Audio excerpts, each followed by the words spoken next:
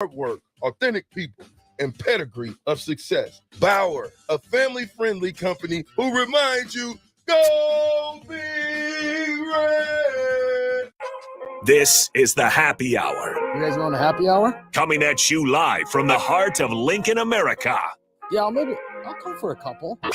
Here are your hosts, Nick Sainert. I want to know what it's like to commit a crime without having to spend time in jail. And Enrique Alvarez Clary. C is for chunk. Brought to you by Empire Fence and Netting on 93.7 The Ticket and theticketfm.com.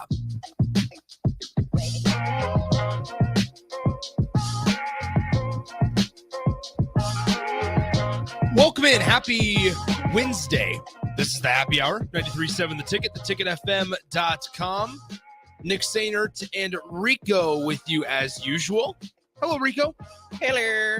As always, 402-464-5685. The Honda of Lincoln hotline and the Starter Heyman text line are open for you guys the entire show today, as well as the Starter Heyman Jewelers live video stream, Facebook, YouTube, Twitch, Twitter, and Allo Channel 951. All places for you guys to get in touch with the show. Plenty of stuff to discuss today. As always, you can follow us on Twitter, on X, whatever you want to call it, Nick_Sainert, and at Radio Rico AC. We got 2 hours with you guys today, so appreciate you guys hanging on. Once again, we invite you to join the conversation on the Starter Heyman text line or on the Honda of Lincoln hotline. Just to preview what we got coming up on the show today, plenty of college football discussion as well as college basketball talk, because Nebraska men's basketball obviously hosts Indiana later this evening, 8 p.m. tip-off. We talked about how valuable the 8 p.m. tip-off can be for fan bases, for energy in an arena, right? Not that I think Nebraska is lacking in any of those departments, but nonetheless, when you have a 10-3 team going up against an 11-2 Oregon program, in this case, Nebraska, how about that? The 11-2 program. We don't get to talk about that very often, but in this case, there's not a lack of energy, I think, going to be in that arena tonight, which makes it extremely exciting for maybe what the atmosphere is like this afternoon or this evening, I should say. I remember at the Creighton game, obviously that was a pretty intense game. It was the drama leading up to tip off was pretty intense. And walking around the floor, it wasn't that there was a lack of energy.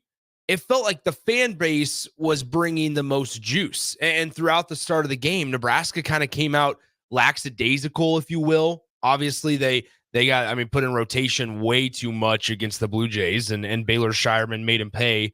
Nebraska also, on top of that, went 2 of 22 from beyond the three-point line, which is certainly not a recipe for success at any level of basketball. So tonight, here they are. They responded after that Creighton game and after the Minnesota game with a nice performance against Michigan State. So now here's another test. And I think when in this situation that Nebraska basketball is in, 11-2, 1-1 in the conference, with some expectations that to this point they've lived up to for the most part, here's another test. You look at this as another opportunity to show, yeah, we're one of the more experienced teams in the Big Ten. They're one of the teams with the most length in the Big Ten as well.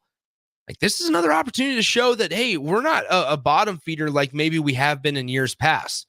We have experience. We have guys that can make plays with or without Rink Mass as who is the game time decision.